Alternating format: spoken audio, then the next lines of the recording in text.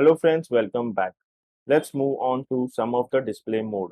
In CSS, you may notice most things are actually blocks, but sometimes you need to change that from block to inline. Most of the time to flex or grid or even hidden. So let's look at the available display modes. So let's go to Visual Studio Code. So here I took a div which has hello in it, which also contains another div which just has a background yellow with a width of 32 and a height of 6. And this div has a word called world. So we have a div within a div. So let's run this file. Okay, so let me right click and we need to click on launch on browser.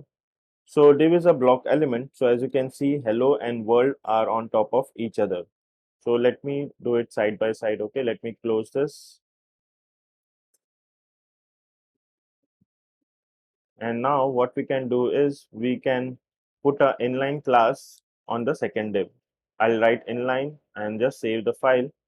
So now as you can see, we have hello and world side by side. But notice one thing, look at the background yellow. The width of 32 is not respective. So let me undo this. And if I save this, so now as you can see, we have a width of 32. So this is what we have normally. But as we do inline, we don't get the width of 32. So how to fix that? To fix that, we need to give the class inline dash block. Okay. So here I need to give inline dash block. And if I save this, now you will have the width of 32. Okay. Now let's go to the slides. Now next what we have? We have flex, inline flex, grid, table, table row, table cell. So you will never gonna use this table, table row and table cell unless it is very specific. Okay. So I will not cover this table, table row and table cell, but I will cover flex and grid. So I have an entire video on flex in the coming up lectures, and I have an entire video on grid in the coming up lectures. Okay. So we will see how to use flex. Okay. And we will also see how to use grid. Okay. Then we have hidden, which is very important.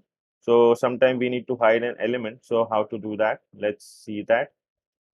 So here in the second element, in the second div, I will add a class hidden. And if I save this, and if I go back to the browser, so here the second div is hidden. Okay. So this is also very important. Sometimes we need to hide some elements. So this is it for this video, and I'll see you in the next video. Till then, take care and bye bye.